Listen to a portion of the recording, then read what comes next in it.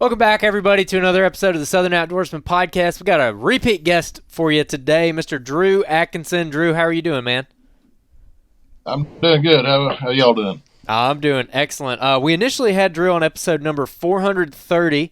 It's called Match the Right Spot with the Right Wind or Thermal with Drew Atkinson. And on that one, we covered stuff like the kind of combination of terrain features that you seek out to hunt, matching the right spot with the right conditions to hunt that spot, the nomadic nature of some mature bucks, and factoring that into your strategy. So a lot of good stuff on that one if people want to go check out that episode 430. But we also got Jacob Myers here. Jacob, how are you doing? I'm doing well, Andrew. Doing very well. Very excited to have you on, Drew. Like I had mentioned to you before we actually got started recording, we've actually had a lot more people ask for you to come back on the podcast. Again, you came on, I think it was December of last year. To be honest, it was kind of late in y'all's season based off what you typically do. So I'm glad we can kind of get you back on. And one thing very interesting about you and your YouTube channel, I believe is it Drew Atkinson Outdoors or Atkinson Outdoors? Yeah, that's correct. Drew Atkinson Outdoors. So on your YouTube channel, one of the first videos I ever had watched was you killing a very nice mature buck up in the mountains, up in northern Arkansas, and early season on a feed tree. And I'm like, dude, I know there's other guys out there, I'm sure, that hunt in more mountainous conditions and hunt, feed trees early season. But I don't hear about it a whole bunch. I'm sure there's guys out there, but I just haven't heard it a whole bunch. So I'm like, dude, when we talked last December, I'm like, I really want to do another episode with you on that specific tactic because for a couple of reasons. Selfishly, I want to learn kind of how you go about doing it and what you're looking for.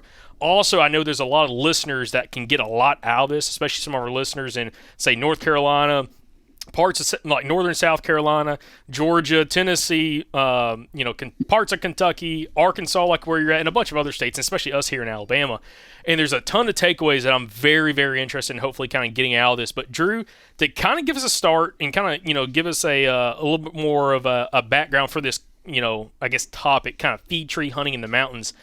When did you actually start doing this? When did you start focusing on feed trees in the mountains, and how has that kind of progressed over the years of you actually doing that, especially when targeting mature whitetails?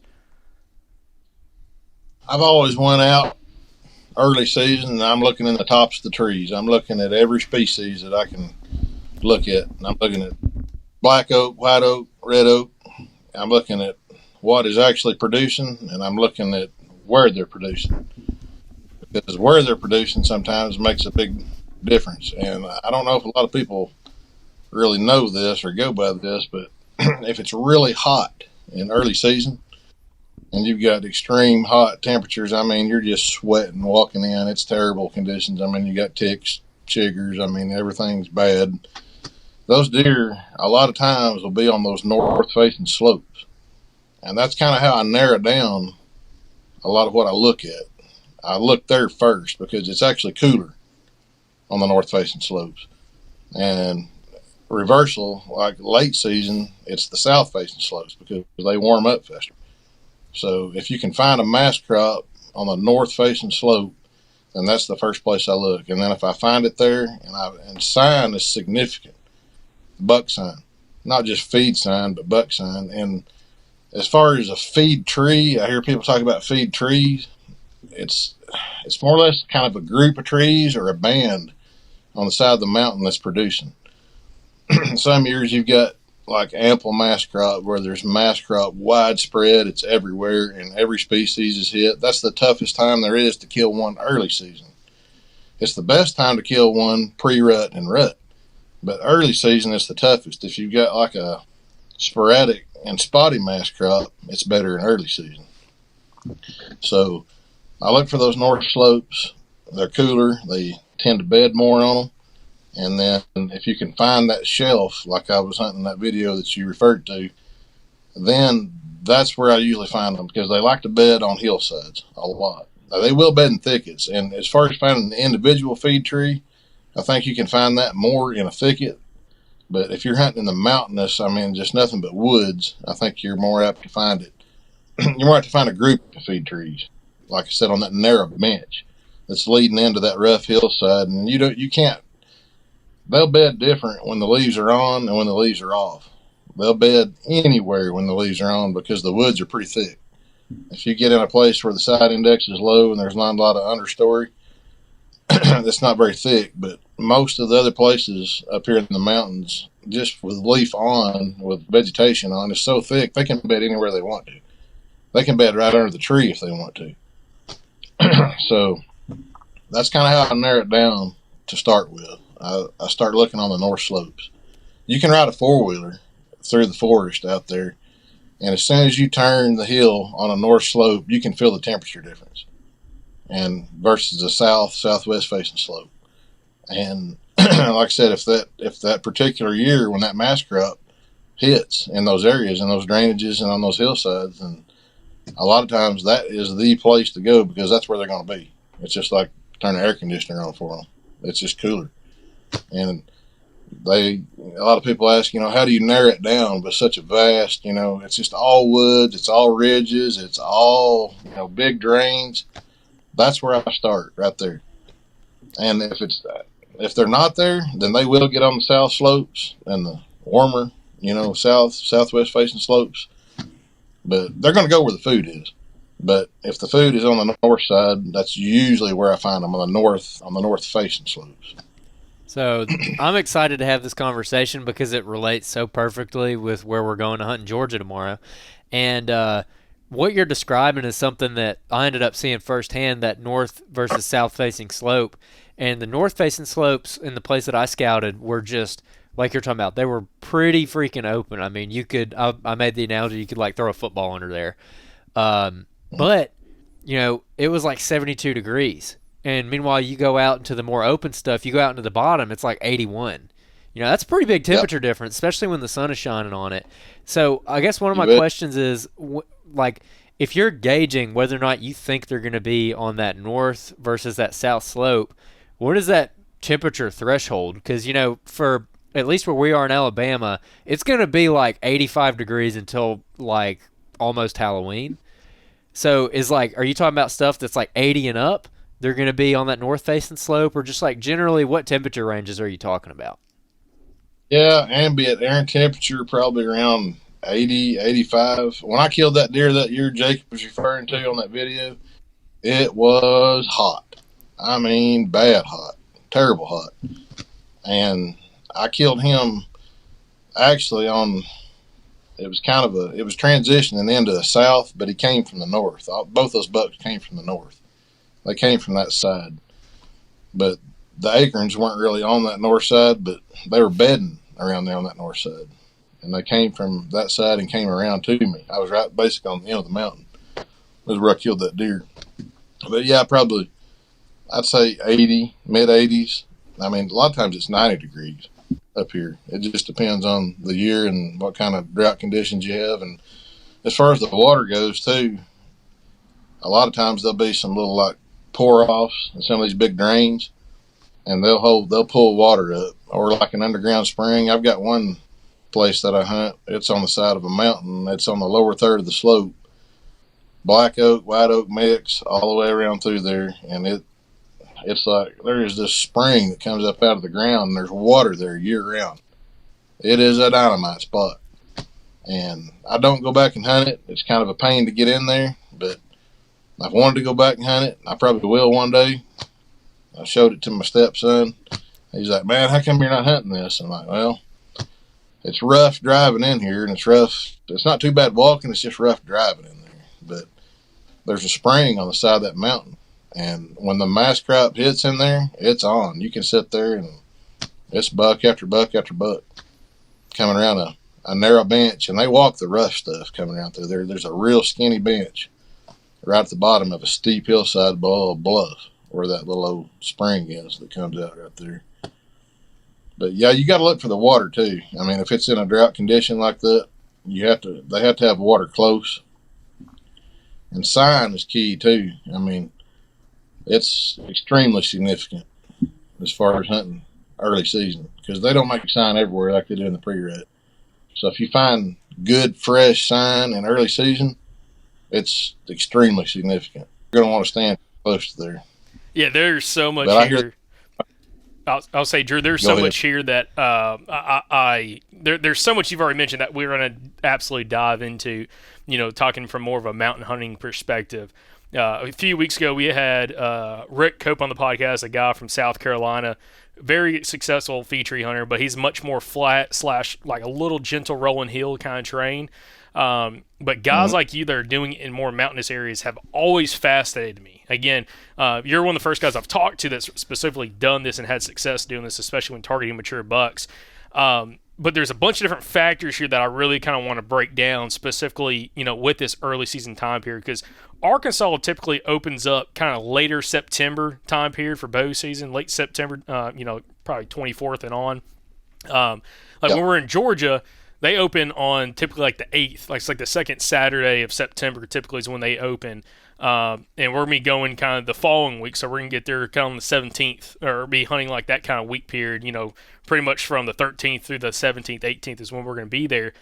And one thing that I'm interested in, which we're going to kind of dive into with sign, and I'll kind of get to this a little bit later, but, in your situation, a lot of these deer by that time are completely out of velvet, if I had to guess, or hard-horned. Versus, like, when we're going, there's probably going to be some deer out of velvet. Hopefully, a lot of them are out of velvet because I'm hoping to find those early whip rubs. But they might not all be out of velvet, and that's something that I want to kind of talk to you about as well in this episode. But before that, with these north-facing slopes, in the situation when you're having this ambient air temperature, 80-plus degrees, it's hot, it's humid. We're all in the southeast here. It's miserable during that time of the bow season.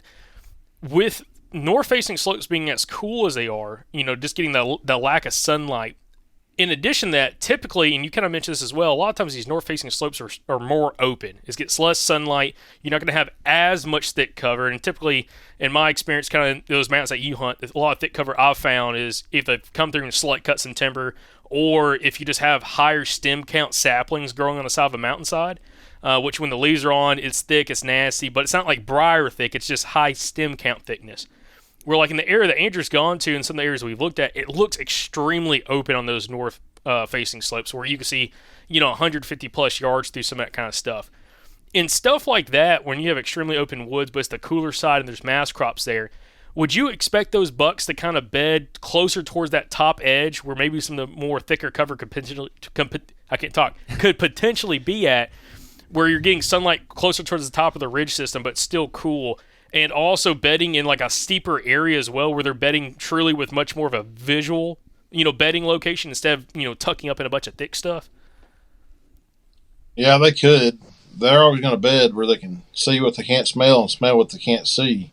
So in an open situation like that, they could be on the contour bedded, and they could be on the tip of a point, and something like that. But most of the time up here, they bed. A lot of times they bed where the wind kind of kicks up too, where you can get a little bit of breeze, like when it's real balmy, like a high spot, like on the end of a point, or like a little knob or something like that. I've seen a lot of beds in places like that when it's balmy, I think, because it just catches more of a breeze. They're not as on edge in the early season as they are later. And I think they'll bed kind of in a little bit different spots. I think it's more maybe temperature related, and just like I said, they're going to bed where they can see what they can't smell what they can't see. But I think when they start getting pressured is when they get into thicker stuff. But up here, even when the foliage is on, pretty much everything's thick. Even on the north slopes, there's not many open places like that up here. There's a few areas where it's open, but a lot of times even on the south slopes it's more open, just because the side index is lower and the bigger trees are taking most of the nutrients, and there's not a lot of undergrowth, so they're kind of more open. And the north slopes, they're pretty thick, especially in the drainages. I mean, you got a lot of understory growing in there, sugar maple and a few oak trees, volunteers coming up, stuff like that. It just creates a whole, it's kind of like the beach I was talking about before in the late season and year round. They hold their leaves year round, so it creates, a bedding cover where you can't see them. They can get in there and bed. Well, it's kind of like that in early season here. It's just, there's so much mid-story and understory that they can bed pretty much wherever they want to, wherever they feel most comfortable. And where you're going in Georgia, I don't know, it may be more open there. But here, most places, even on the north slopes, it's still pretty thick as far as foliage goes and green leaves. And then when the green leaves start falling off later on past the autumn into the fall, they kind of change up. You know, they start moving towards the rougher places and bedding, moving towards the more secure places and bedding. Whereas early season, I don't know, and their guard's down too. It's a good time to kill a big buck, but it's kind of short lived. It depends on, sometimes, you know, if we get a drought, the leaves fall off earlier, and sometimes they don't. But it definitely changes when the leaves fall off. When you get leaf off, the deer seem to change quite a bit here as far as where they're bedding. Talking about that early season time frame, you were just mentioning how important sign is, and if you find really hot sign in this early season time frame, you found something really, really significant. Can you talk about what sign kind of trips your trigger the most, maybe specifically when you're targeting a mature buck and you're wanting to kill a mature buck early season? So they're in bachelor groups, of course, late summer, and then they start splitting off slowly. They'll start decreasing the numbers. They'll get maybe 7 or 8 bucks in a wad, and then they'll get down to 2 or 3, and then they'll be down to like 2. A lot of the big bucks I've killed, they'll keep a small buck with them. They run with a small buck. The big mature bucks, they'll have a little small buck with them. I don't know. I've killed almost every one of them I've killed in the early season has had some kind of a smaller buck with them. But the scrapes, a lot of times they won't.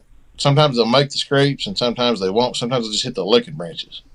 You'll see where they've twisted the little branches, and they'll, like an old place where they've been working year after year after year. And a lot of people talk about the core areas. That's kind of where they come into play. If they've got a core spot where they feel comfortable, it's a 15, 20, 30, 40 acre spot that they're using. They'll make scrapes kind of on the outside edge of that and in the interior, and they'll make a lot of sign around it.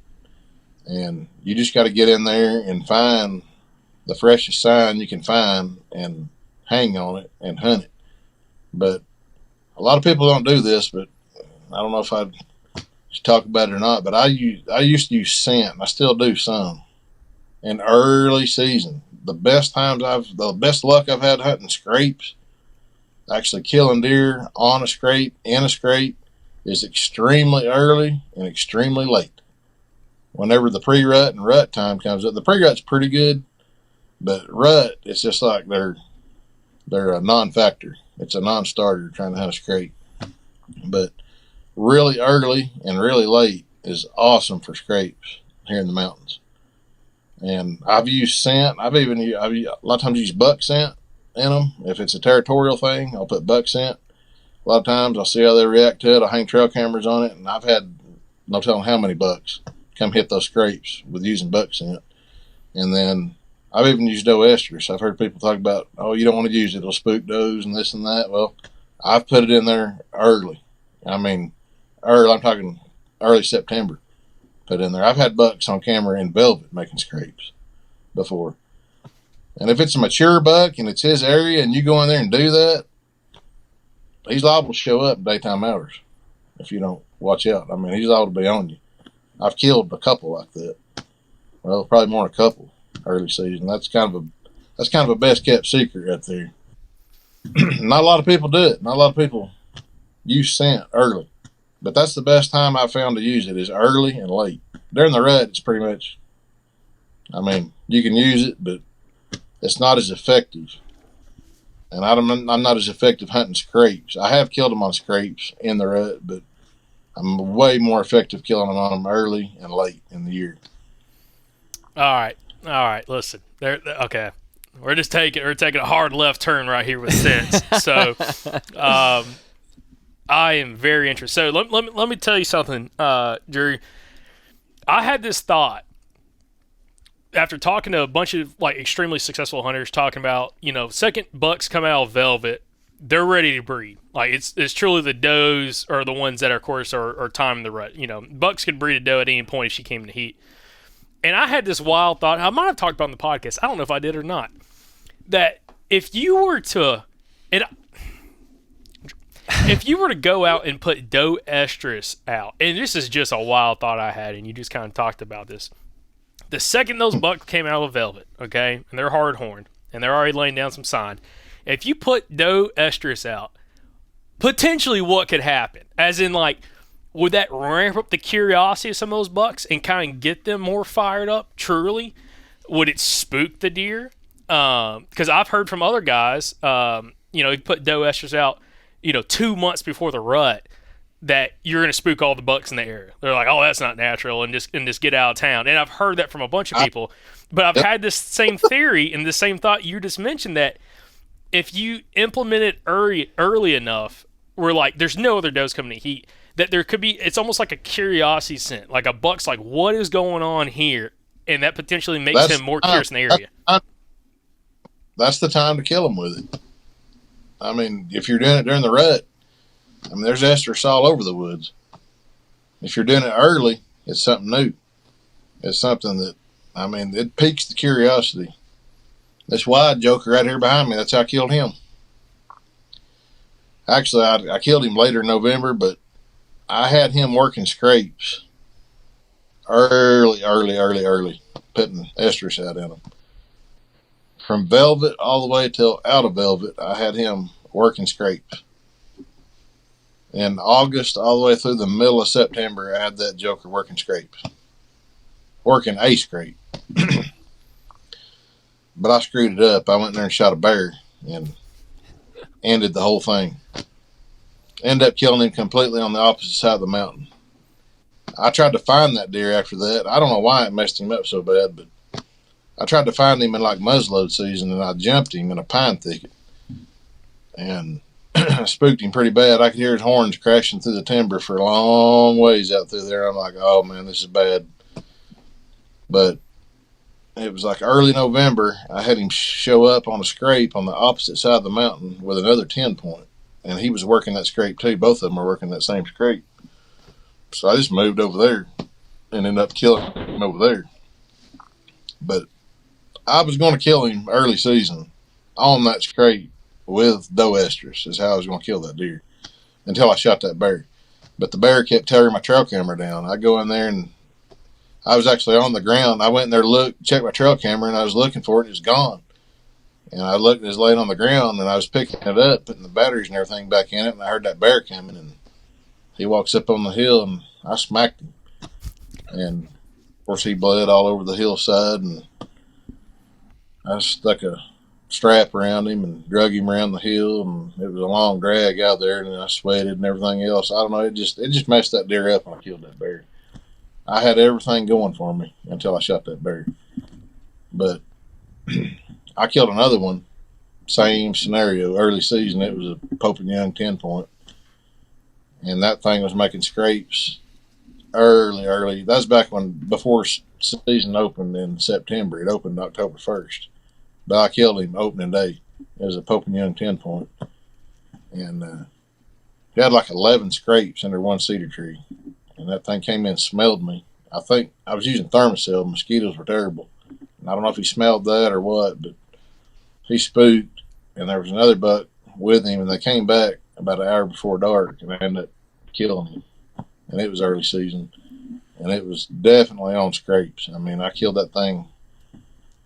He was in that area. He was probably using a 10, 15 acre spot, that deer was.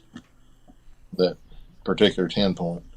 What's funny, though, was I had that camera set up on that scrape. I knew that deer was coming through there more than what he was, but I only had like 3 pictures of him. But I knew he was coming through there. He just was probably hitting that scrape every once in a while, and then every other time he come through there, he'd probably just come downwind of it and do his thing. Because there was multiple scrapes in there. Like I said, there was 11 there that one cedar tree. That's not even where I had the camera. But I went in there hunting thinking, well, there's all kinds of sign in here. I know I'm in the right spot, but I've not got a ton of pictures of him, but I know he's in here. And I finally, opening day, he showed up. There was a 9 point with him, about 3-year-old 9 point. I passed him up. He walked right under me about 30 minutes before I shot him. But that was where sign was critical. There was a lot of mast in there, a lot of different masts. There was beech, there was white oak, black oak, red oak. he was in there. I just knew I had to get in there and spend the time and be stealthy, getting out, not getting in and out, and not spooking. Pretty long walk in there to where I killed him, but ended up having to make a bad shot on him though. He was facing me, and it was getting right at last light, and I shot him like looking right at me down through the top of his back. That's a whole other story. I tracked him, plumb down to the bottom of the next canyon over, and he was way up in there, and I found him at like 1:30 in the morning, and it was that was a whole there's a big story behind that. But that's another thing too. I learned a lot about these deer. If you make a bad shot on one, or somebody else does, and you're tracking one, they'll tell you a lot about what they do when you're tracking a deer, a wounded deer like that. Man, that tells you a lot. They'll take you through some places that you think, man, this is where he's been living all this time. It's pretty cool. Some of them you find, some of them you don't. But lucky enough, I found him. But it was a good deer. I killed him early season. It was, like I said, it was before they started opening up season in September. It was early October that year when I killed him. I didn't get it on video. I wasn't videoing at that point in time. Well, let me bring this back up with the whole scent thing and like implementing, different buck scents and like doe estrus and stuff in the early part of the season. You're talking like September time period, like not even like late October, but like in September going into October. Do you think the doe estrus specifically is more almost like a curiosity scent? Like, what do you see them like? Are you running trail cameras on video mode or photo mode? If you're running on video mode, like, what are you actually seeing them, like the body language of those deer when they come investigate that? Or even if you're running on photo mode, like what are you seeing differently when you use, say, that doe estrus versus at, say, a different point of the season in implementing it? Yeah, I don't do video mode. I just do photos, but they'll spend more time. You get more pictures of them. If you got on a 30-second interval, you'll have 10, 15 pictures of that deer in that scrape. He'll stop and he'll even rub his tarsal glands together a lot of times and pee in that scrape and really work it. I don't like to do it too early though. I like to wait until it's closer to time when I'm ready to go in and kill.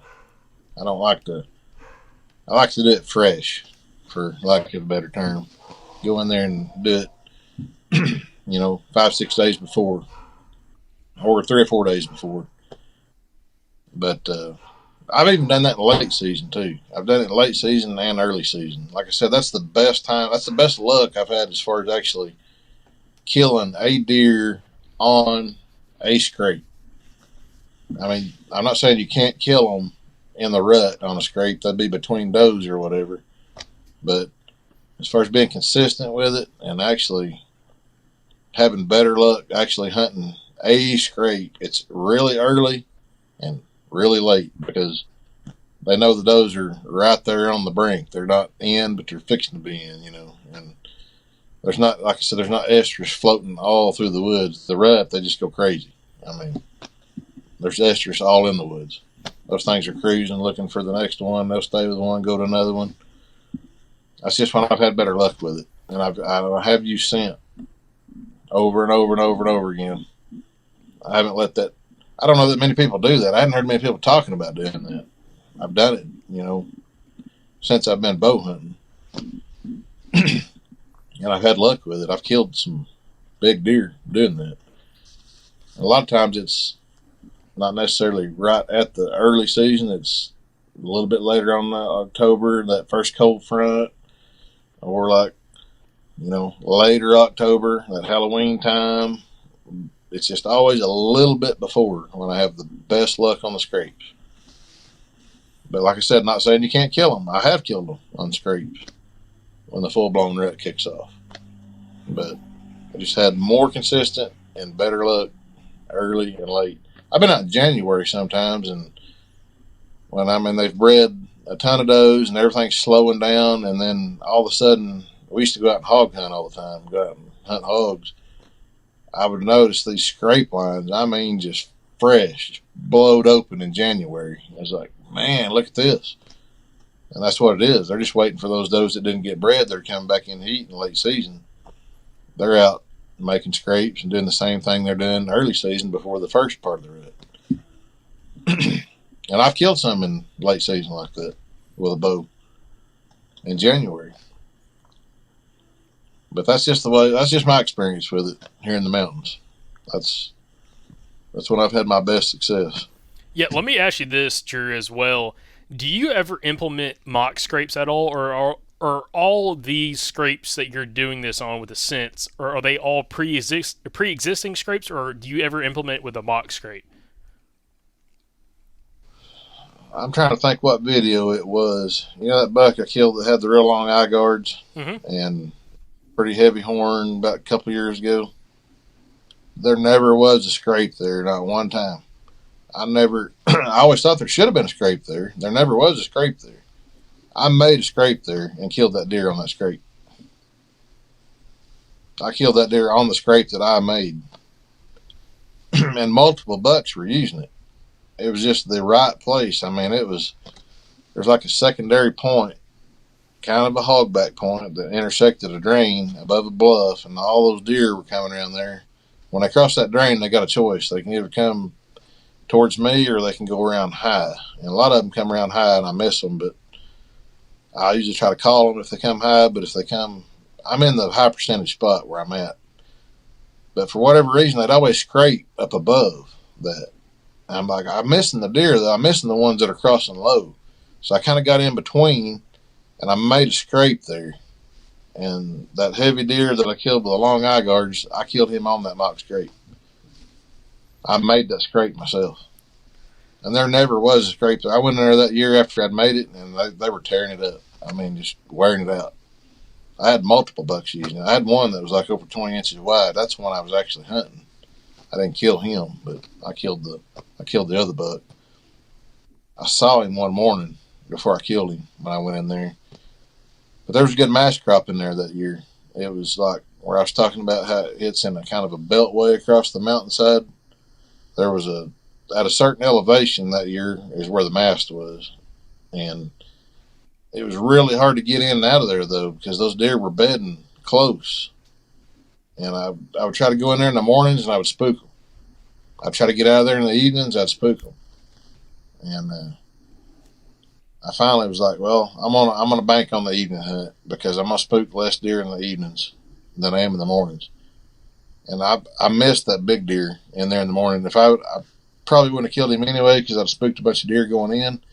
But I had like 4 different bucks in there, and he was in there at 7:30. The big wide one was hitting that scrape that I had made at 7:30 in the morning.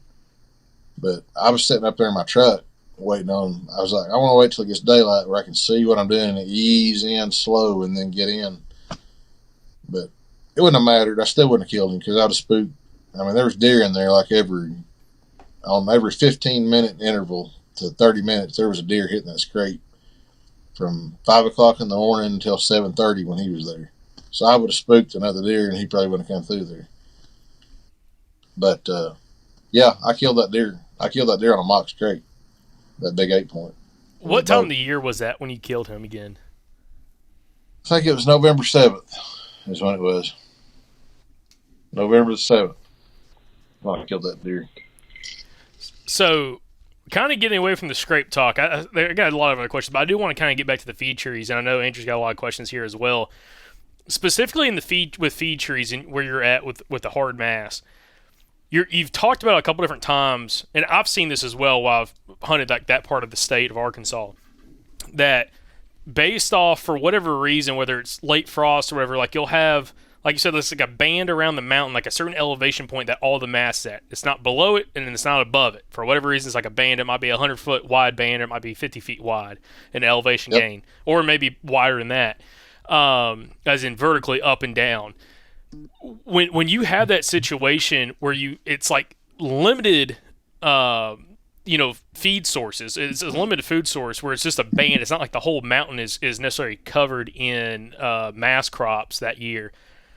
How do you go about both? I want to know how you go about scouting for that. Like, do you like to go out like this time of the year in September and start glassing, oak trees and trying to find where the mass is at? Do you wait until season comes in? Like, what is your take on finding what trees should be hot, and then how do you correlate what you find into how you're going to go about hunting it based off potentially what your trail cameras are telling you? Yeah, I do scout and I do look in the top of those trees, but a lot of times those trees in the woods, they don't have lower like epicormic branching on them, so you don't. It's hard to see the acorns in them. They're like right in the top, so you don't know for sure if they're dropping until they actually drop. Because I mean, they may be loaded on 3 or 4 limbs up there, and you can't see them because they're right in the top of the tree. I was scouting the other day, and I ran into that same thing when I was looking for this one buck that I thought about going after, and it was like, man, I can't even tell. I mean, there could be. I went in a spot last year where I didn't think there was an acorn one, and they started dropping like crazy whenever I went back in there later because I just could not see them. They were right in the tip top of the tree. But, and like field trees, you can see those. They'll be all the way down to the ground. One that's got, a tree that's got a lot of open ground around it, they'll be all the way down to the ground. But the ones in the woods, it seems like they're right in the very tip top of them. And you can look for sagging limbs and stuff like that, and sometimes that'll give you a tip. But I guess the main thing I do when it's like that is I go look where the squirrels are and see if the squirrels a lot of times will cut them, and they'll cut the caps off of them, and there'll be some on the ground. Then that'll give you an indication. Yeah, there's a mass crop in here. There's a few acorns on these trees. But yeah, it's tough. Because a lot of these trees, I mean, they're 70 feet tall. You just cannot see up there to actually tell what's on them. Yeah, Drew, that's pretty much exactly what was happening to me when I was in Georgia on Friday. Is I was getting on these little shelves on the side of the mountain, and there'd be like 10 or 15 white oaks right there, and I would be looking, glassing at the very tops, and I couldn't see anything up in there. I'm like, man, like no way that all these trees didn't make, because I'd been talking to some people that live around there, and they're like, no, our white oaks are doing good this year. And then I came upon a squirrel when I was up there that was way up in one of those trees, and he's pulling them off the limbs, and there's acorns dropping out of one of those white oaks where the squirrel's messing around. I'm like, okay, they're here, I just can't see them. And that's a really good point, that they could be way, way up in the tops of those trees sometimes. I wouldn't have considered that. And they will, like I said, where it's heavily forested, that's the way it's going to be pretty much every time. You're not going to have those low-hanging limbs like where you do in like an open area in a field or a wildlife opening or a food plot. You're going to be able to actually walk up and you can pick them off with your hand in a lot of those trees. Mm-hmm. And they will hit those too at nighttime when they hit those, but that brings up a whole nother point though. Some of those trees can be really effective, but it's only at certain times. The does will be feeding on them, and the bucks will come out in low light conditions. Like if you get a fog or a rain up here on the mountain, a lot of times that's when you can actually target a feed tree that's in the open, like that one that's producing in the open. It will actually come right to the thing. Drew, yeah. I want to get into that. I want to get into the more open area feed trees, but one thing I want to hit on just kind of before we move past it is you talked a little bit about where they like to hang out when it comes to like maybe thicker cover, north, south facing slopes. And you said that in early season, the deer are they're real mellow. They haven't been messed with yet, so maybe they're doing some stuff that they wouldn't be doing later on into the season. Maybe they haven't dove into just like the absolute worst cover ever yet. But I am curious about what about the rockier, steeper, nasty slopes. So like in early season, do you find that they gravitate towards the real rocky, real steep stuff, like maybe during the day for bedding? Or is that something that they kind of get pushed into as the year goes on?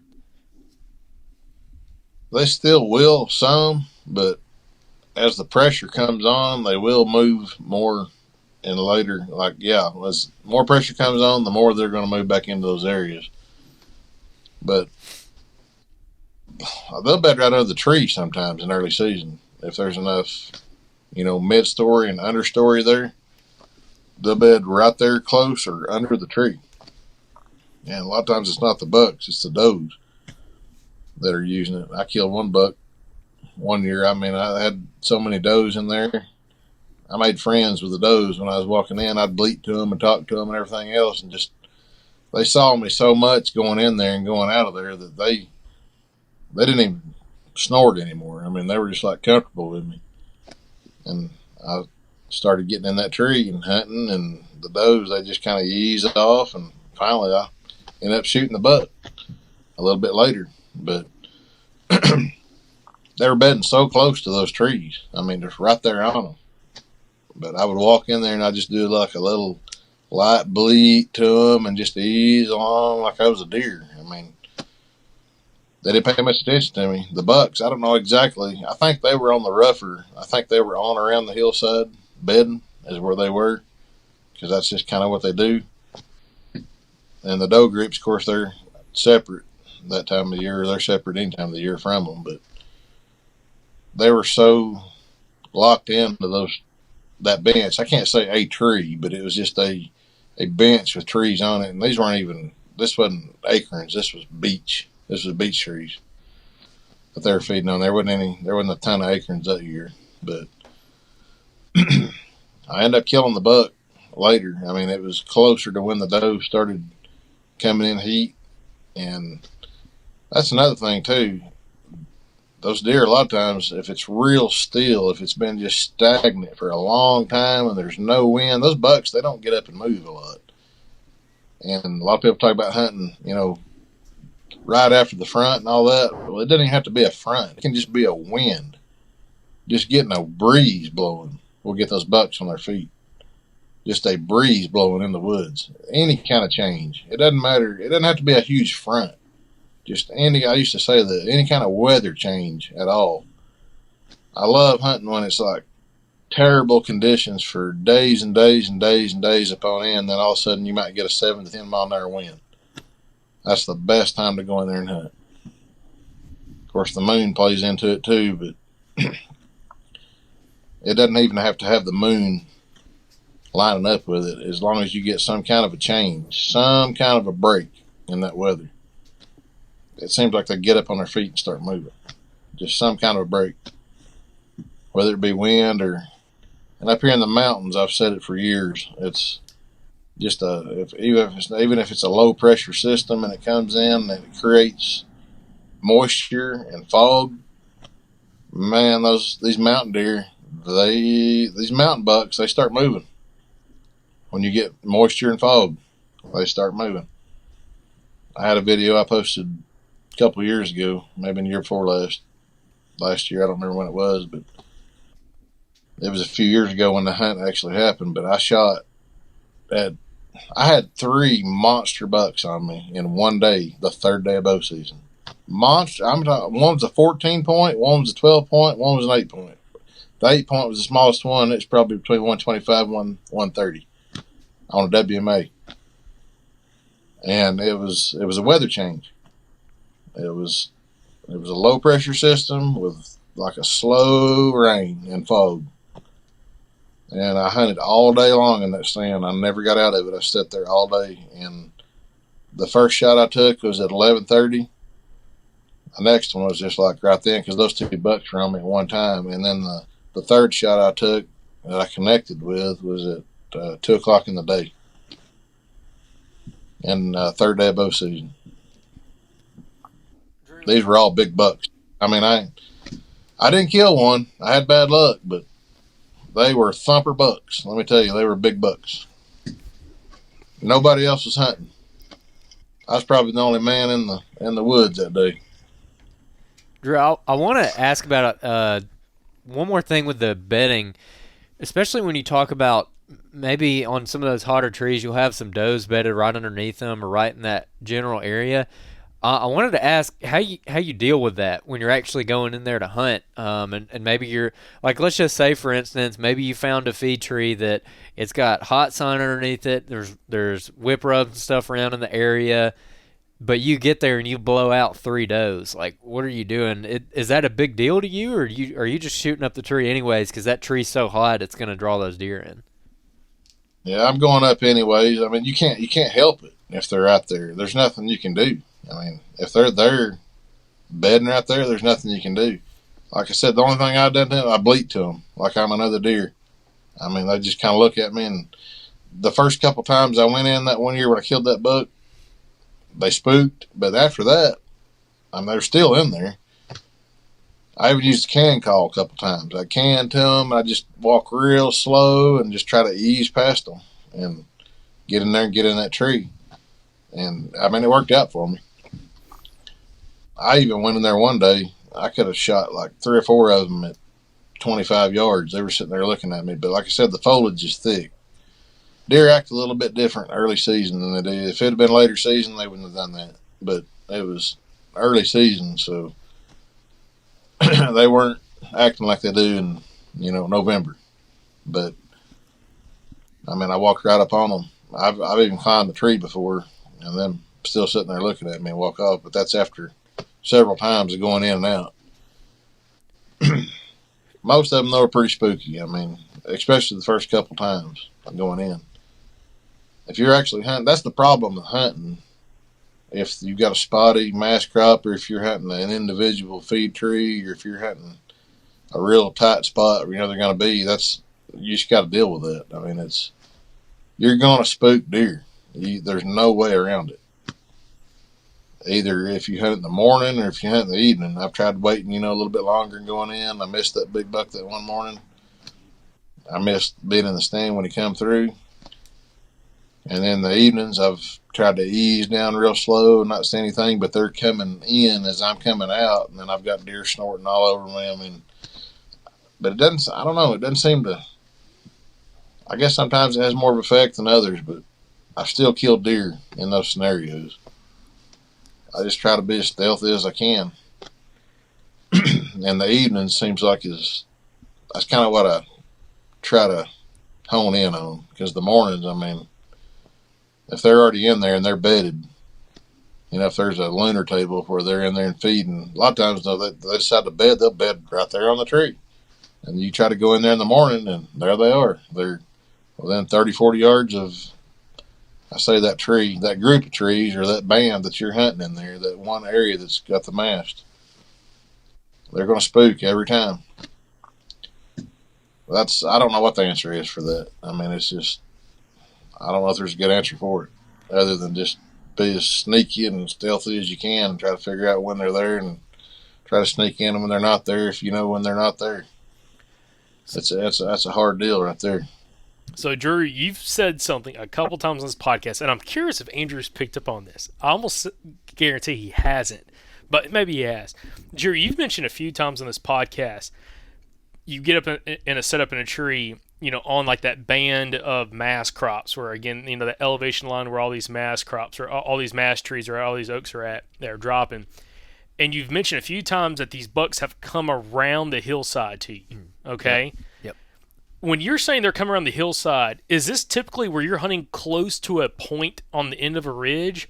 Or is this just like one of those longer ridge systems where there's like a slight bend in that ridge system, somewhere down it, and they're just coming down on a similar elevation line close to where you're at, coming to those feed trees in that group that you're hunting on? Yeah, a little bit of both. Sometimes I'll hunt where like a backbone ridge intersects, and then other times I'll hunt just right on the break line, right on the contour break. A lot of those big bucks, they like to be on the edge. It's just the same thing as fish. They like to use the edge. They like to use ledges. They like to use the bucks like to do the same thing. They like to be right on the edge, or they can drop off if something spooks them, or, I mean, right on the edge is where they travel. Sometimes they'll be just off the edge. But that plays into your advantage, because if you got a wind blowing that's blowing parallel with that edge, they can't hardly smell you. I mean, it's going way over their head, especially if they're coming low on that hill. They cannot smell you.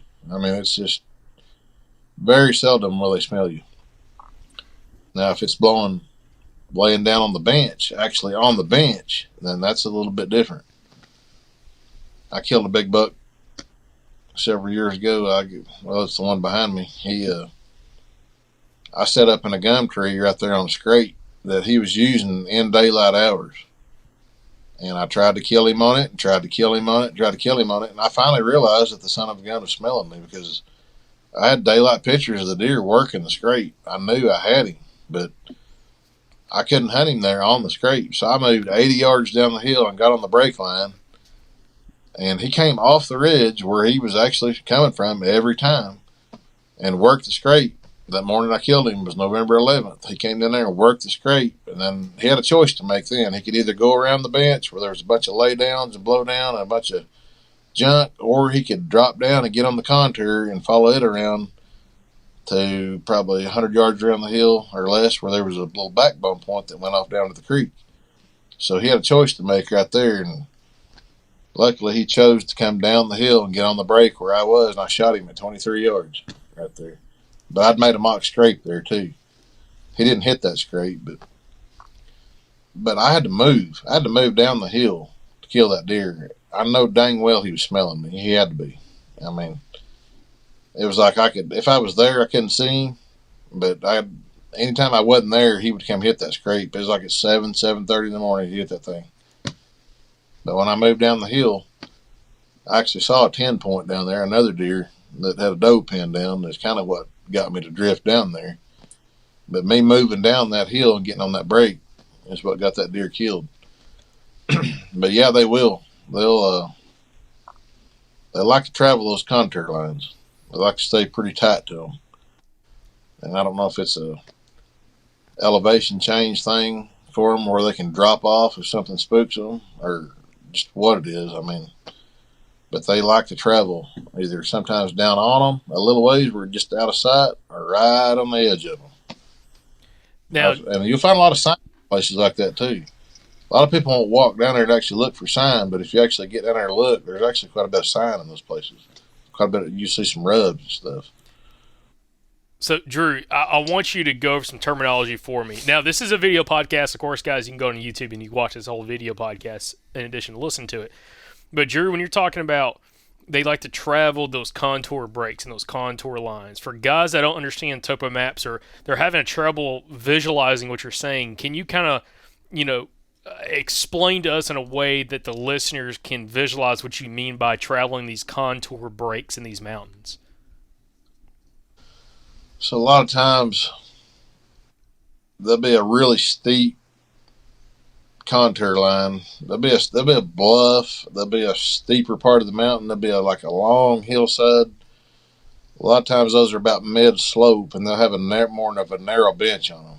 And then sometimes you get up closer to the ridge top, and there'll be a wider bench, which is hard to cover, and there's more mast on it sometimes if it hits in there. And the narrower benches down below, I call them shelves is what I call them.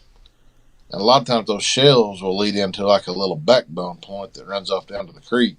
And sometimes they'll follow those all the way around until they hit those little points that go down, and they'll go down those.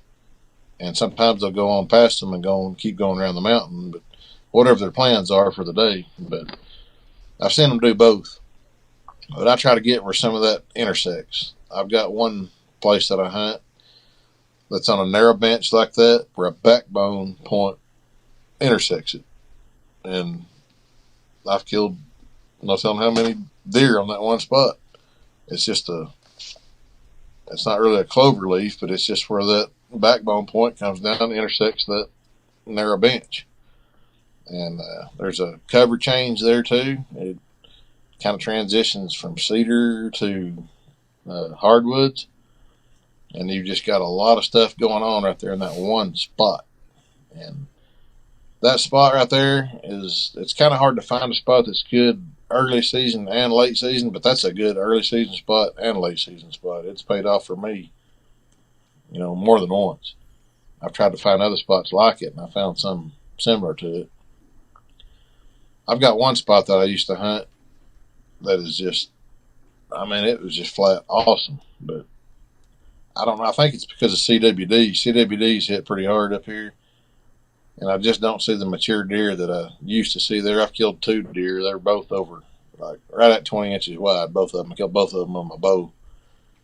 And it's a huge flat that runs out, and it's got white oaks and mixture of oaks, mostly white oaks. And there's a big cutover just adjacent to it. But the flat runs out there, and it's fairly open, but it's got a lot of understory and mid-story in it. And there's 2 ridges that go off each side of this flat. A big drain that comes up in the middle, and there's a cedar thicket and a hardwood right here. So it's got 2 ridges going off, a holler in the middle, and a transition in the timber right there where those two ridges come up. So you're talking about a heck of a spot. I can hang a trail camera there and leave it out there year round, and I can get, before CWD hit, I would get tons of buck pictures there. All wildlife, hogs, deer, bear, everything. But there was a cedar tree right there at the head of that drain, and there was buck sign there when I would hunt it early. But I got to making a mock scrape underneath that cedar tree, and you would not believe it how many buck pictures I had on that, and how many bucks I killed on it. I mean, like I said, I killed 2 really wide deer on it. But since CWD hit, it's like the older age structure in there has just went way down. I've not been able to be as successful in there because of that. I think that's what I'm gonna blame it on. But it's just too good a spot. I've had so many. There's no telling how many big bucks I've had in there on that spot before CWD really got bad up here. But that's a good example. Yeah, so Drew, one other thing with the contour line breaks that I just want to kind of reiterate on. When you mean contour breaks, you have the really tight lines, the really steep stuff. You can see it on topo map, and it kind of comes along that ridge, and then at some point it starts widening out. Those topo lines spread out just a little bit, where it's getting less steep, if someone understands how to read a topo map. And they're traveling the contour line, that break, where that steep stuff is meeting the more gradual stuff right at that edge is where they're walking at, correct? Yeah, it's just like fishing. You always find a fish on a channel swing bank. That's where you got a steep contour meeting a wider, more open between contour lines, more distance between contour lines. Anytime you got that drastic change, that's definitely a spot to look at. But some of these places will run. I mean, they'll run long ways around these mountains, and some of them will run just a short distance, and then they'll kind of transition into more flat areas. You can kind of identify some of that on topo maps, but a lot of the ones that run a long distance on the mountain are the better, pre-rut spots, because those deer will travel that, especially if the does will be all in there in that pre-rut stage, and then the bucks, they'll travel that band if those acorns hit. Sometimes they're everywhere. Like I said, that's the worst time to try to early season hunt, is when there's acorns everywhere. If there's spotty, if the mass crop's spotty, then that's the time to early season hunt. It's the best time. I'm not saying you can't do it when there's a lot of them, but that pre-rut time is the best whenever it is like, there's acorns, it's just raining acorns everywhere. But early season, it seems like it's a little bit better when you can kind of have them a little bit more dispersed and a little bit more patchy, and you can kind of drill down on certain areas, especially if they hit on that mid slope. And sometimes they'll hit just on the ridge tops. I've seen it when that's happened. But most of the time, that mid slope area, it's pretty consistent. I don't know if it has to do with the frost or what it has to do with, but it seems like last year was the best mass crop we ever had. I mean, they were everywhere. Early season was tough for me, but then when, the rut kicked on, it was like it became a little bit easier. These bucks started following the does, and I could just go hunt anywhere where there's a transition or a good funnel or anything like that, where there was acorns, I could hunt that and get on deer. But early season, it was quite a bit tougher when they were just, acorns basically on every other tree you come to in the woods. Drew, one other thing, I've got a lot of other questions. I know Andrew has a lot of questions. I know I've been taking up a ton of time, and Andrew's got questions he wants to jump in here on. When we're talking like this early season time period, we're talking late September going into October, mid-October time period. Most states in Southeast, by mid-October, pretty much every state's open for bow season. And you're talking about this band of timber, this band of mass crops that you find on these ridge lines and everything. Is there anything specific about one spot over another that will lead you, taking trail cameras out of the equation? Like, say if you didn't have the application of trail cameras, is there any one thing that you like to look for more so than another, especially if you have that band of mass crops dropping? Is it like I want to try to be close to that contour break, close to a bench, close to a drainage system coming down with a backbone? Is it just adding more compounding features? Or is there any one thing over another that you'd want to kind of lean towards that's going to help produce potentially an area a mature buck's going to use? Yeah, you can look for all that stuff and look for it on the map and go in there, but it's all about the sign. Look for that sign. Look for that fresh sign in there. That'll tell the tale right there. Especially early, like I said, the sign you find in early season is way more significant than the sign that you find in pre-rut and rut. Way more significant. I mean, I've heard guys talk about those feed trees. There'll be sign close to it. That is true. There will be sign, close to where they're feeding like that. And a lot of times sometimes the mature deer, they will have a core area. It'll be a 15, 20 acre spot. And that's kind of when I've had the best luck in early season, when you can find that area. I mean, you don't, like I said, you have no idea. You cannot pinpoint where these things are bedding. You just cannot do it. They can, I mean, anywhere they want to bed, they can bed. But you can, in your mind, think close to where they're bedding. If it's a rough hillside or whatever, if it's a place where the vegetation is a little bit thicker versus where it's open, he might be just moving in there a little ways and bedding where he feels more comfortable. But yeah, the sign is really key, and fresh sign early, and the scrapes. I mean, like I said, that's kind of a secret I've had for years. I've used it. I've used buck scent. I've used doe scent, because you get out here in the mountains, it's kind of overwhelming when you step out here in the woods on a year where you've got mass crop deluxe, or if it's even a year where it's hit in a band like that on a certain elevation on the mountain. It's still kind of overwhelming because you've got tons of country to deal with. But you've got to try to figure out how to put the odds in your favor every way that you can. And that scrape deal it's been pretty significant for me. Even the mock scrape thing. And using scent. But get in there and find that sign, either right where he's at or somewhere close to the perimeter, kind of where he's staying, and start working from there.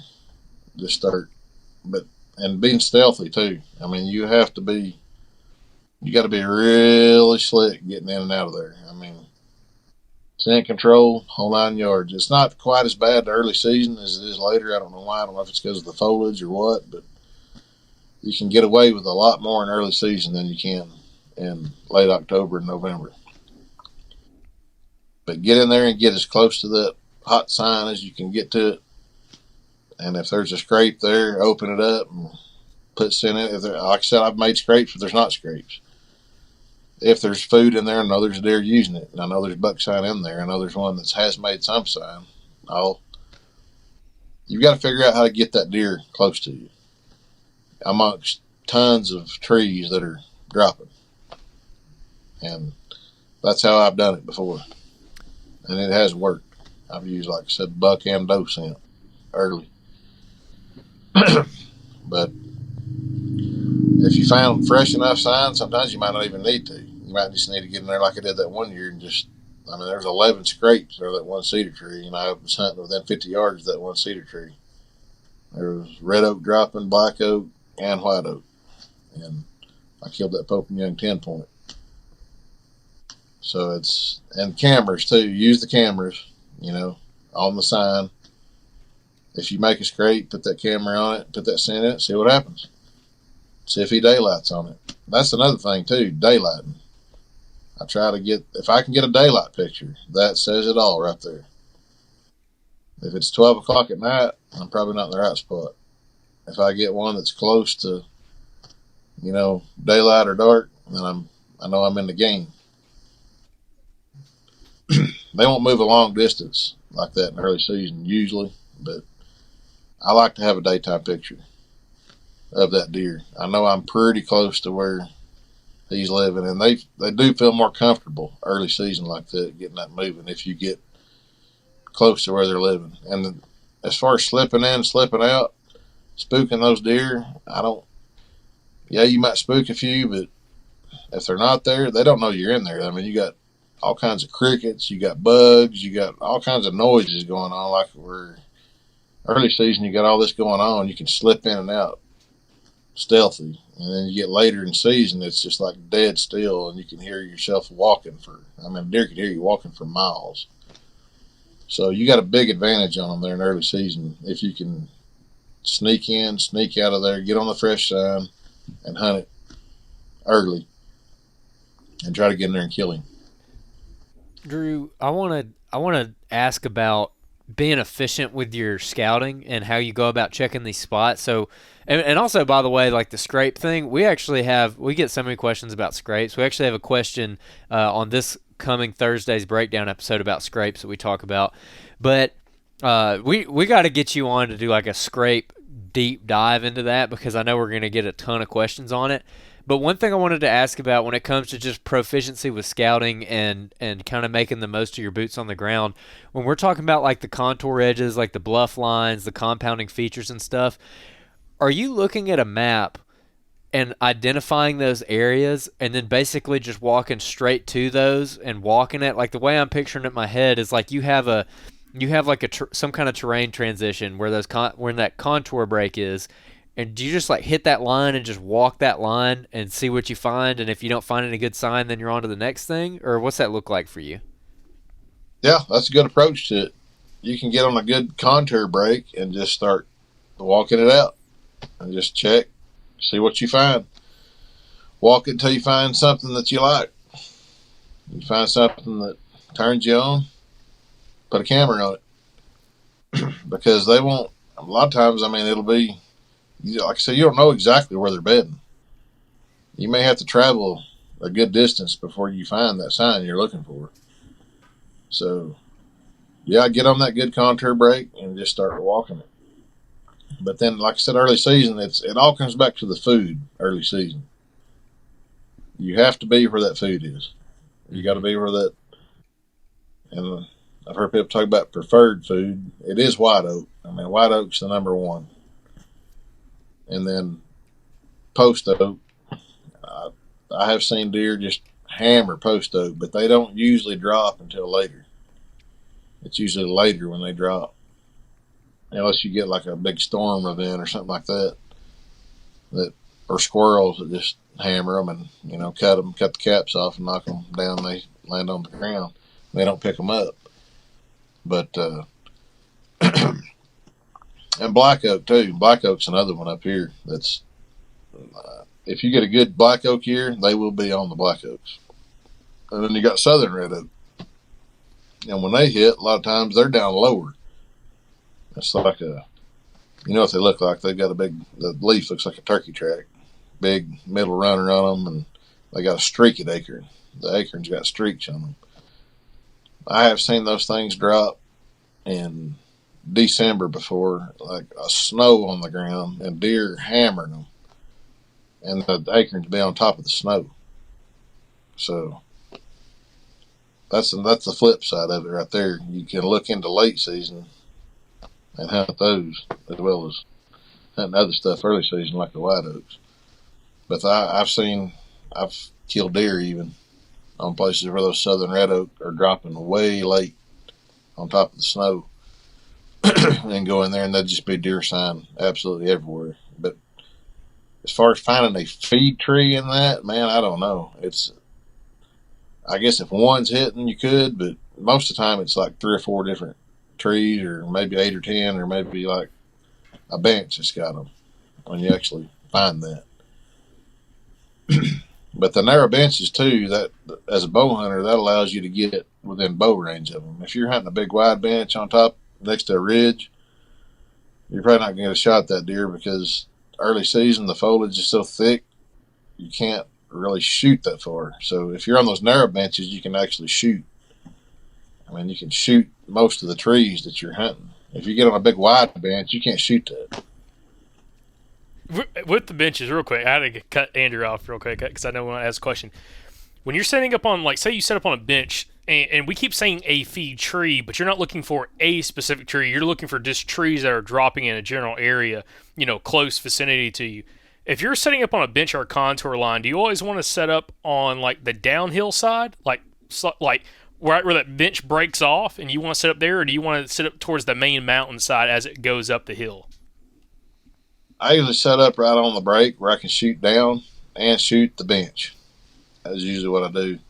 If it's a shelf, usually it's kind of like a no-brainer because it's so narrow. You don't really, you can set up either place, but why would you set up on the foot of the hill when you can set up on the break of the hill and still see down the hill and still shoot the foot of the hill? Does that make sense? Yep. So if you set up, and the wind too, if the wind, like in the evenings, the thermals are pulling down, they're not going to smell you. They come around that break, they may be dropping, but it's pretty much going to go over them. And if you got a little bit of a breeze, it's sure going to go over the top of their head. If they're coming, mid-slope, or if they're coming around that edge, they think they're coming downwind, but they're not going to catch you. They're going to be right there on that break, working it, easing around.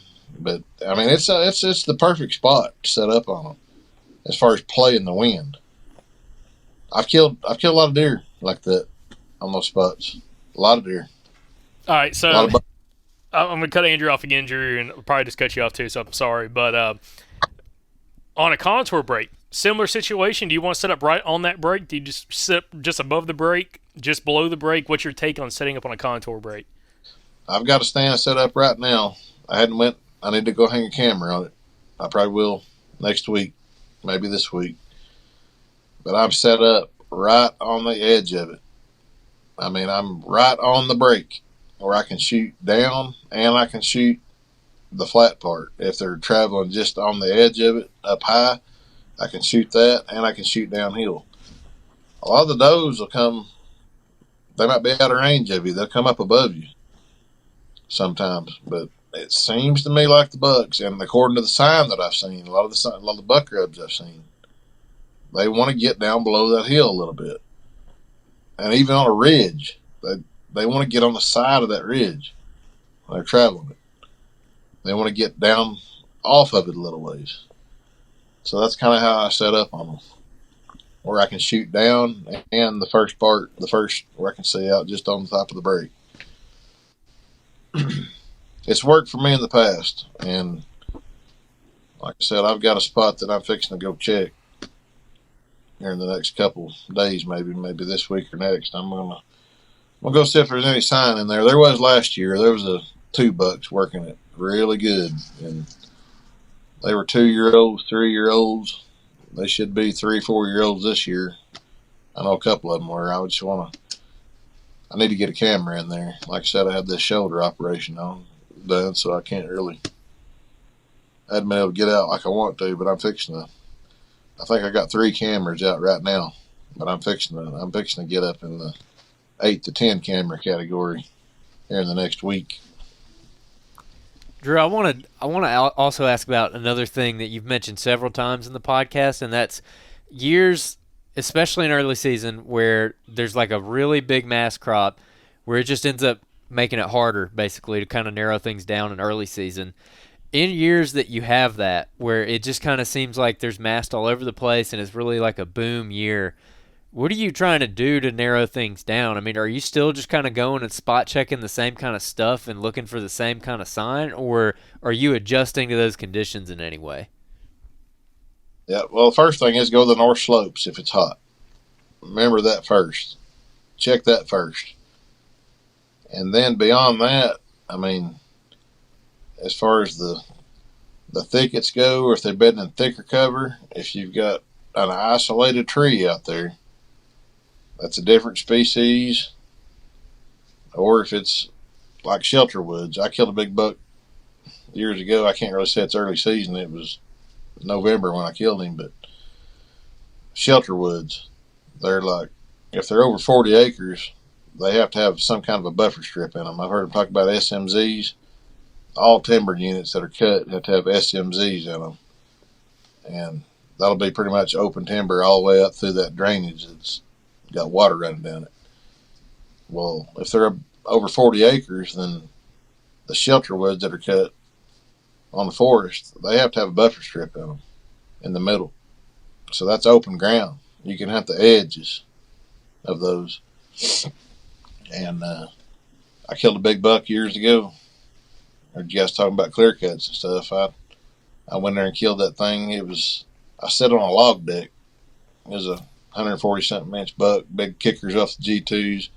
Thing was old as all get out. He used to be a 10 point on the frame. He dropped back to an 8 and had kickers off the G2s. I mean, he's probably 7+ years old. But I couldn't daylight that deer at all. That thing was in a cutover, big time cutover. But he's in one of those shelter woods, and a shelter wood's cut down to probably 40 basil area. That's 30, 40 trees per acre. And this thing had grown up for a few years, so it had some undergrowth in it. And I set up in this log pile. I may be getting off subject talking about this, but I got to tell this story. I hunted that deer so long, I didn't know if I was even going to kill him. I mean, I thought he was going to die of old age, but I finally, one evening, I caught him coming out of that thicket. And it was right at dark when he came out. There was all kinds of mass. I mean, down on the benches, there was a big ridge that ran off. That's where the cutover was. It was on that ridge. But the benches below that were just loaded with acorns. And he would come out there at night and feed on them with the does. I heard him come out there grunting one evening. I could just barely skylight this deer coming out. But I caught him coming out that one evening. I knew it was him. I heard him grunting. So I went in there the next couple of days and I hunted, and there was no log deck that the loggers had left in there. And it was like 8 foot tall. So I went and sat on top of that log deck and waited and watched that thicket. And sure enough, early in the morning, about 8:30, those does started getting up and moving around in that thing, moving around. Well, they were feeding on acorns in that thing. These deer can feed all day long in this thing. It's been thinned, so those trees in that unit, they're getting more nutrients. They've got acorns all over them. They don't have to get out of that whole, it's like a 30-acre unit. It didn't have a strip in the middle of it. It was like 30 acres. But they could feed all day long in that thing, and there was a branch that ran up the middle that had water in it, so they had everything they needed to stay in there all day and then come out at night. So I got in there on that log deck where I could see in that thing. And those deer were moving around in there early in the morning, like 8:30, 8 o'clock, 8:30. I could hear all of those getting up out of their beds, moving around, feeding. They were going to different feed trees in there, eating. And I was scanning back and forth. Like for 45 minutes, an hour, back and forth, looking. That big buck was bedded 40 yards of me the whole time. Finally, he just got up out of his bed and was standing there after about 100 times scanning back and forth, and I just reached over there and got my gun and swung over and shot him. But he would never come out of that thing in the daytime because there was feed trees all in that unit.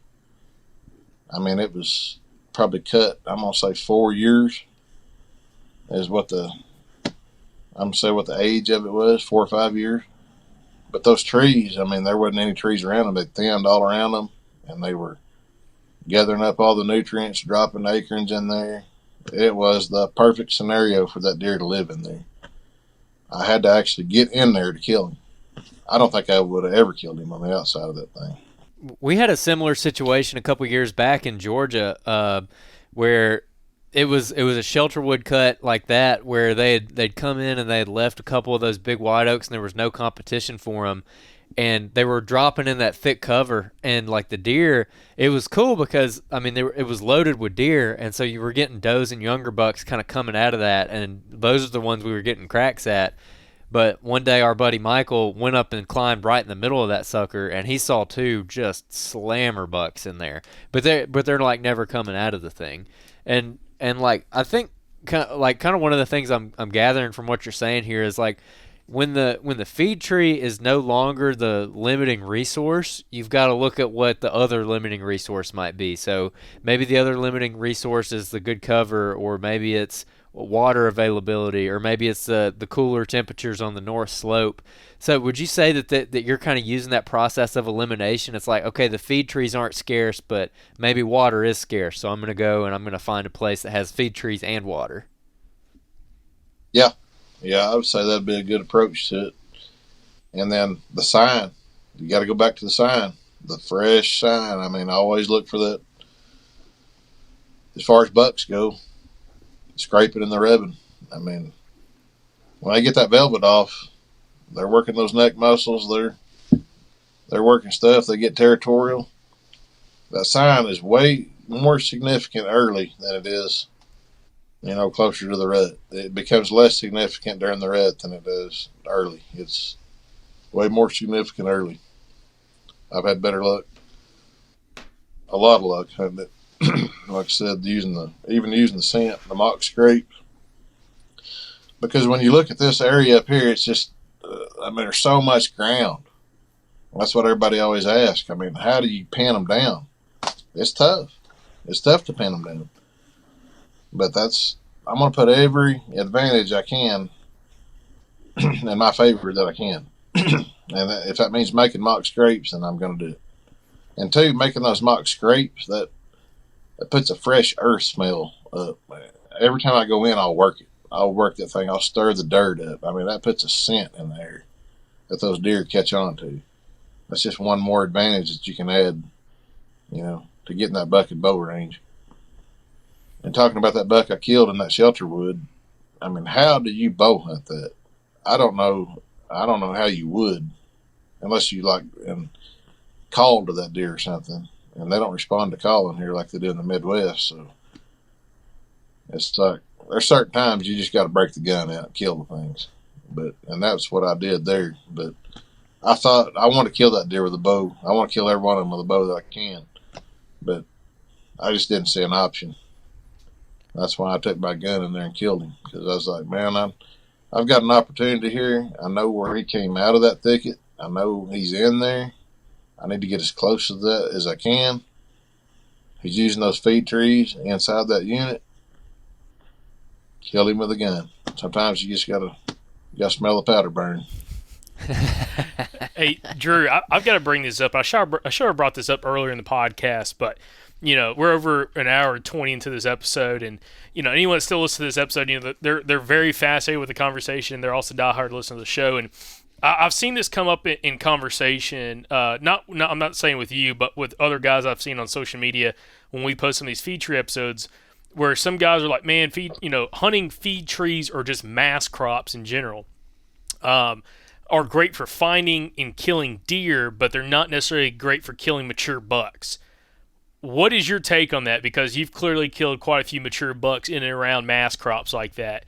What would be your take on talking to somebody who doesn't think you can kill mature bucks, at least consistently, on mass crops? I go back to the sign again. If it's just feed sign, yeah, it may be does. But if you got buck sign in there, obviously there's a buck in there. And if it's good buck sign, I look for that twisted stuff. And if you're hunting, if you're looking for that, it's really hard to find that deer's core area here, like I said, because you don't know where they're bedding. Early season, they can bed anywhere they want to. But if you find that twisted, those bushes that are twisted, and it's like a buck is really aggressive and he's making that territorial sign, that's where I shot those. I had that day where I shot those 3 big bucks, which I wished I'd have killed one, but I'd had a better story to tell. But that's what I found in there. And I found it multiple years. And I actually had sheds off of those deer. I had sheds off of the deer the 14 point. And I got to looking, and I had sheds off of the deer that was horning that tree 18 yards to 12 point that was 18 inches wide that was right below me. I had sheds off both of those deer. But I never had pictures of the 12 point. But that sign was in there. That twisted sign, it was right there. I'll explain the area to you. It was a ridge that came off that intersected a bluff line that played out. There was a backbone point that ran off of right there by the bluff line. It had a small saddle down there in the lower part of it. I didn't hunt that. I was hunting on the contour break up above that, where the pine stand basically transitioned into hardwoods. And the hardwoods even had a transition. There was a transition between white oak and post oak right there. And right there is where I was sitting, right there on that. And there was a few cedar trees in there even. To top it all, everything was going on right there. And I hunted right there on that break line, right there at the head of that backbone ridge where that pine stand came off and transitioned into the hardwoods above that bluff line. And that's where it all happened, right there in that spot. Excellent spot. I saw bear there too. I guess you could say there was a feed tree there. I videoed a bear come out there. He laid down under a white oak and ate for 30 minutes. I videoed him picking up acorns with his paws and eating them. So, yeah, I mean, technically there was probably a feed tree there, but the old bear was using it more than the deer were. The deer were using that contour break. That 14 point, he was using it. The 12, I think he came around it. It was raining when I shot at him. So I'm not for sure exactly where he came from, but he was on that contour, like right below me, horning that tree when I saw him. And then the 8 point, like the 130-inch 8 point that came in later, was coming up that backbone at 2 o'clock in the day, right there. But it was a major transition between a double bluff line and a timber change right there, basically, for lack of a better term to describe it. I'll tell you one thing. After this conversation, this podcast, I'm going to be paying way more attention to bluff lines. Oh, yeah. We're not bluff lines. I'm sorry, contour lines or contour breaks specifically. Both when we're in Georgia, but also some of the areas we're going to be hunting in Alabama and some other states as well. And yeah, that's fascinating. One though, Andrew, do you have? I've got another question. Go for it. So, one other question I've got, which we haven't really brought up, but when you're setting up in these general areas where this mass crop's producing, these oaks are dropping, and I know this all depends on the different situations, but it almost sounds like you're not necessarily trying to shoot to those feed trees, but you're trying to find the access route of how those bucks are going to come to those feed trees. Would you say that's accurate, or do you sometimes sit a little bit tighter to those feed trees or those group of trees? Yeah, that's probably accurate. Like I said, if you're hunting a white oak flat, I mean, what's the chances, other than making a mock scrape, that you're going to get that buck in bow range of you? If you got 40 trees on a white oak flat that are all dropping, I mean, what's the chances that you're going to get that buck in bow range of you? Pretty slim. If you're hunting that contour break or that narrow bench that is producing mass crop, I mean, you got a lot tighter, corridor in there, a lot tighter quarters to get him in bow range. To get him up there where you can see his eyes blinking. Man, those big bucks seem to travel that more than, they get on that stuff more than, like I said, early season, they'll let their guard down. I mean, you're liable to see one coming right across the middle of the flat feeding, but I've done good on those shells when they hit, especially if that's the only place that has hit with mast. If you got it all over, it does make it tougher, but if it's mid slope on the mountain and that's where the mast crop is, then that's when it's deadly. That's when it's almost a for sure thing. But it's really hard. I mean, elements and factors do have to come together before you can be really successful up here in the mountains hunting early. That said, though, that mock scrape deal is the way I deal with it. If it's tough, then I go in there and I make my own sign. I try to do whatever I can to get that buck. I try to get as close to where I think he is and where he's staying as I can. Then I make that sign, or if he's not made it, then I make it. I'll put scent in it, whatever I got to do to try to get that deer in bow range. Drew, I know we got a couple minutes left before we need to wrap up, but one thing I kind of want to get to a point that when we are wrapping up here of kind of highlighting everything we've talked about and kind of like a final thought to kind of finish off the episode. But before we do, if you were to kind of describe to the listeners what gets you so excited about hunting mature whitetails in the early season in the mountains that you deal with in Arkansas? The biggest thing is you've got an advantage over them that you don't have later in the season. I mean, like I said, you can sneak in and out with all the bugs making all the noise. You got stuff making noise in the woods. You got foliage on. The scent control thing is not as big a deal. It seems like you can get by with more of that in early season. There's an opportunity there if you can find the right place and the right scenario to get on that deer. Finding that's pretty hard. I mean, you got to put in the time and you got to put the boots on the ground to find that. But if you can find it, your chances are really, really high of killing a mature deer early season. Probably higher than even in the rut.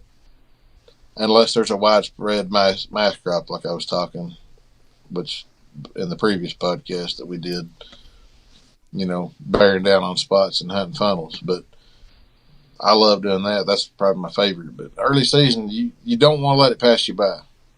Like I said, those bucks I shot on that WMA over there that time, that was unbelievable.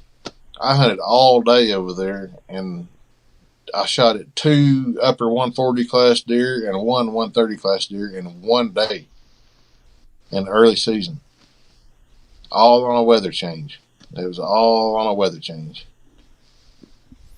Awesome. And hunting, like I described to you, that certain spot. I scouted that spot. I found that spot. It had the acorns. It had the mast.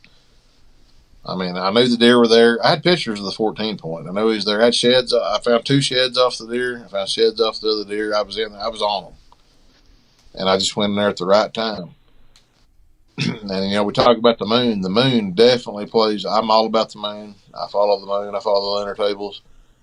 But as far as that went, it didn't matter. The moon had just that weather change is all it took to get those deer on their feet. That rain and that fog got those deer on their feet that third day of bow season. So look for the weather changes and look for that fresh sign and be stealthy and get in there and see what you can do. Try to kill that. Try to get him while it's early. If you don't, then hunt the next phase.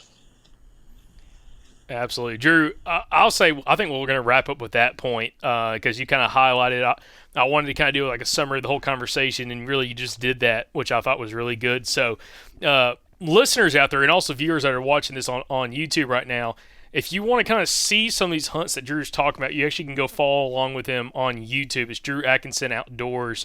We'll link that as well in the show notes, so you can go check that out. He's got some great hunts, again, public land deer, just some awesome hunts, especially if you love bow hunting. I mean, he's a great guy to follow along with that. Drew, we're going to have to get you back on, dude, in literally a couple weeks, I think, to talk about your thought process on scrapes, especially in that pre-rut time period, kind of getting out of that early season to that pre-rut, and how potentially, in your take, lunar phase position, all that kind of stuff maybe makes a factor for it as well, and kind of timing that during different points of the season. But Drew, I just want to say I appreciate you so much for joining us on the podcast. It's been another great conversation, and very excited hopefully to have you back on here. Yeah, thanks for having me. I enjoyed it. Awesome, guys. Well, listen, guys, if you enjoyed this episode, I want you to make sure you go leave us a 5-star written review on Apple Podcasts, and you also can do it on Spotify. If you've been watching the YouTube video, give us a like on the YouTube. Make sure you're subscribed to the YouTube channel. And, guys, we'll catch you back here on the next episode from the Southern Outdoorsman. And make sure y'all stay Southern.